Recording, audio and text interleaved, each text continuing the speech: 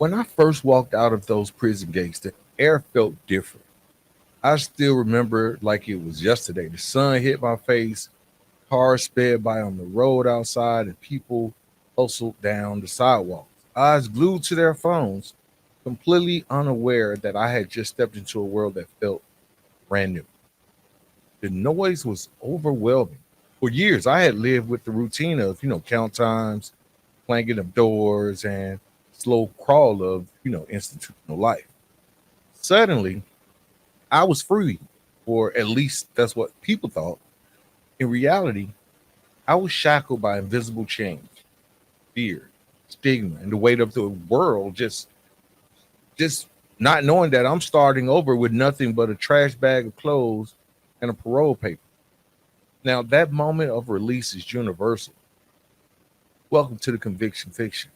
I'm Antoine Rivers, and whether you're in the United States, Canada, or anywhere else, transition from prison to society is one of the hardest roads to walk. But here's what I've learned through my own journey and through researching the lives of others. Reintegration doesn't look the same everywhere. Some societies open doors, others slam them shut. And the way people treat returning citizens often matters more than any official program. So today, we're going global. We're going to explore what life after prison looks like across different continents. We're going to go to Europe, Asia, and Africa. Now, along the way, I'll share stories that I read about, real accounts of men and women navigating freedom after incarceration. Now, these stories reveal how cultural values, government policies, and community support shape people's futures.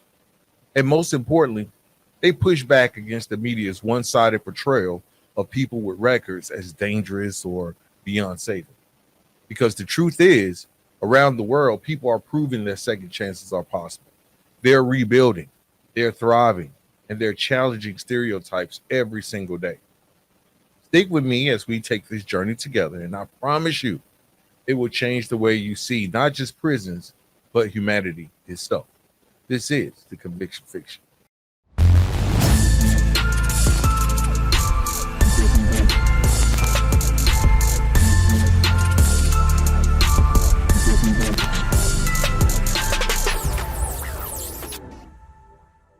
Welcome, welcome again, guys, back to the Conviction Fiction. I'm your host, Antoine Rivers, and we're going global with the second chance movement today. First, let's start in Europe, Norway to be exact. When we think of like prison in the United States, the media often frames it as a cycle that can't be broken. First, you're released, then you reoffend, then you repeat. You're released, reoffend, and repeat. Recidivism is thrown around like a guaranteed outcome, but in Norway, the story is strikingly different. Now, as I researched it, their model is built around one simple idea: the punishment is the loss of liberty. Everything else from education to job training is about prepping people to come home. So, in my research for this episode, I came across Johan, a man who served 6 years in Halden prison. Now, this place, it doesn't look anything like the prison most of us know. All right. This place is bright with clean spaces, shared kitchens, even music rooms, right? Even music rooms. Critics in the media often call it soft or this luxury prison, but the numbers tell a different story because Norway's recidivism rate measured at about 20% within 2 years of release. It is undoubtedly one of the lowest in the world. Only 20% of their prisons go back within 2 years of release. Let me put that in perspective. Now, compare that to the United States, where studies show about 68% of people are rearrested within 3 years. So, Norway's model is not softness, it's actually effective. But this story about Johan, he left Halden. He went straight into a halfway house where he received job support and counseling. In the interview that I listened to, he said that the hardest part wasn't finding work. It was basically trusting that society would give him a chance. I mean, haven't we all said that before? Right. And here's the key: in Norway, communities are more willing to see returning citizens as people, not just as criminals. Employers get tax breaks for hiring, and public policy reinforces the idea that reintegration is in everyone's best interest, right? Where in contrast, America, we sometimes, let's just go and put it out there, we use it as a way to get votes, right? Be tougher on crime. They're never getting out. Now, don't get me wrong, stigma still exists. Now, Johan had admitted that neighbors sometimes whispered or old friends kept their distance, but the difference is that the system didn't throw him out and say good luck. It guided him towards stability. So that's what I get from this European journey. It's not that they solved reintegration perfectly, it's just that they've redefined the purpose of incarceration. Much like what is happening in Arkansas. If you are a avid listener of the show, you know I have Travis Stevens and up in Fort Smith, Arkansas, and he introduced a program that Arkansas was using where it was more like a college campus instead of prison. And when the purpose is rehabilitation, the results will follow. Have to make it that. Now, again, contrast that with the United States, except for that one I just mentioned. Um, the United States seems to sensationalize um, repeat crime, ignoring stories like Johan that prove change is possible. Now, this is a story that was gathered from The Guardian. I will have show links in the bio at the end of this show. Now, moving on, let's take a trip across the world. And now we're going to go to Asia, right? Let's head to the east. Let's talk about Japan. Reintegration in Japan looks very different because of how deeply culture shapes identity. Because in Japan, family is often the first and most important support system. I read about Kenji, who spent 3 years in a Tokyo detention center. When he returned home, his parents took him back without hesitation. They gave him a safety net, but it also placed a heavy burden of shame on him because in Japan, crime doesn't just mark the individual, it stains the entire family, right? That stigma is reinforced by how the media reports cases. Unlike in the US, where privacy sometimes shields minor offenses, Japan, their news outlets routinely publish the full names, the addresses, and even employers of people convicted of crimes. That makes it nearly impossible for returning citizens to disappear into what we call, quote unquote, a fresh start. Even small mistakes can haunt them. Right? Now, here's the fascinating thing I found out is that despite the shame, Japan's reoffending rate is low by global standards, about 40% within 2 years compared to the nearly 70% in the US. Right? The reason I think that theirs is lower is because of community support. They have stricter parole supervision and family responsibility. Like I said, in the Japanese culture, they put family above everything. Right? If you mess up, then you pretty much stain in the whole family. But these same structures can also suffocate. Think about that.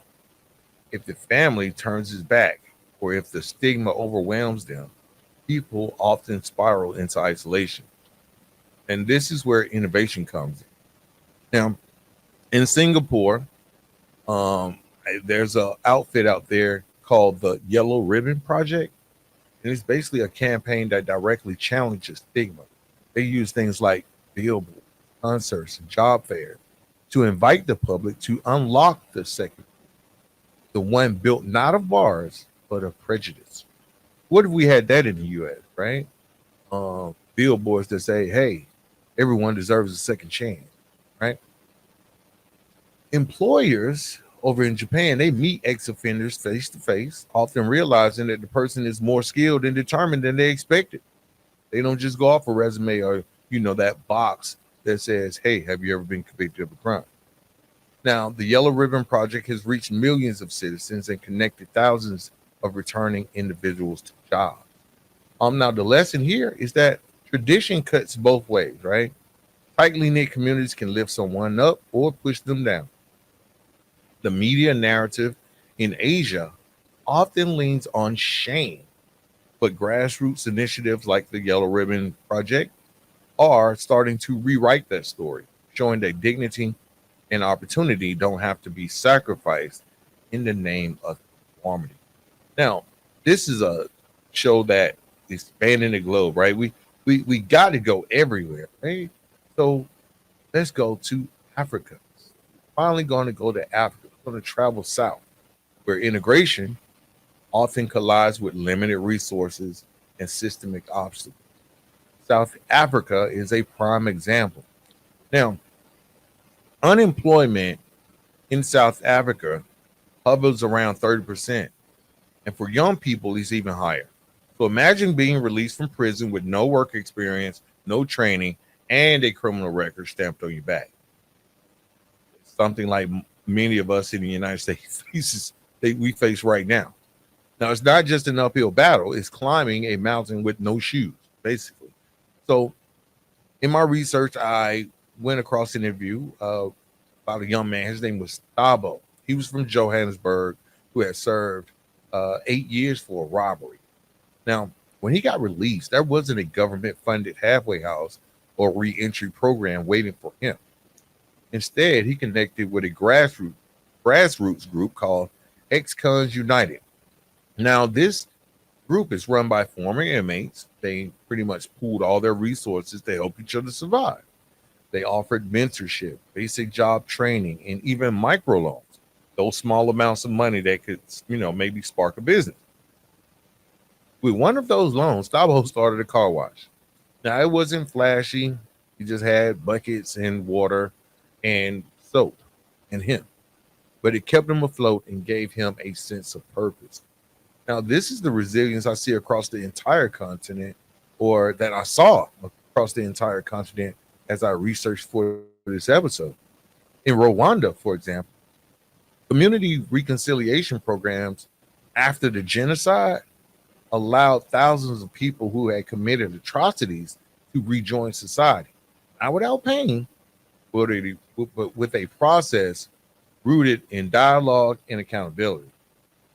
In Kenya, for example, local churches and mosques often fill the role of reentry agencies, helping returning citizens find housing and work. Okay? Now, now the media, though, rarely tells these stories. When Africa is portrayed in Western outlets, the focus is too often on like chaos, corruption, or poverty. But what I discovered is that reintegration here isn't about having perfect systems. It's about communities refusing to give up on their own. And in some ways, that's even more powerful.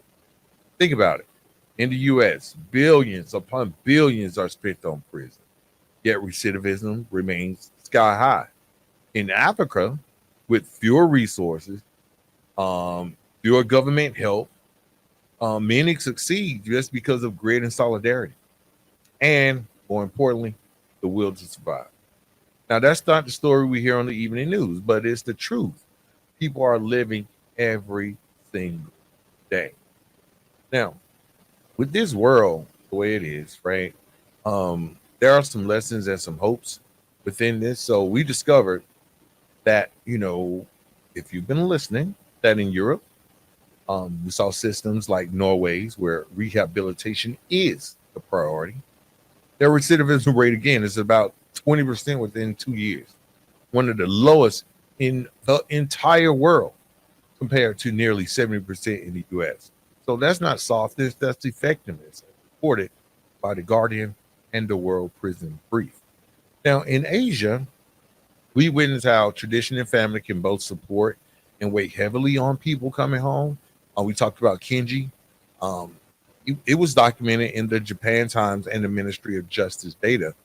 Um, this lesson reminded me that stigma, where it extends to the entire family and is amplified by a media culture that publishes the names and details for all of those to see, that's hard to come over, right? It's hard to get over that. But we saw the glimmer of hope. and Singapore's Yellow Ribbon Project, which is a nationwide campaign encouraging citizens to unlock that second prison that many of us suffering, right? That stigma. Now, this initiative you can explore further at yellowribbon.gov.sg.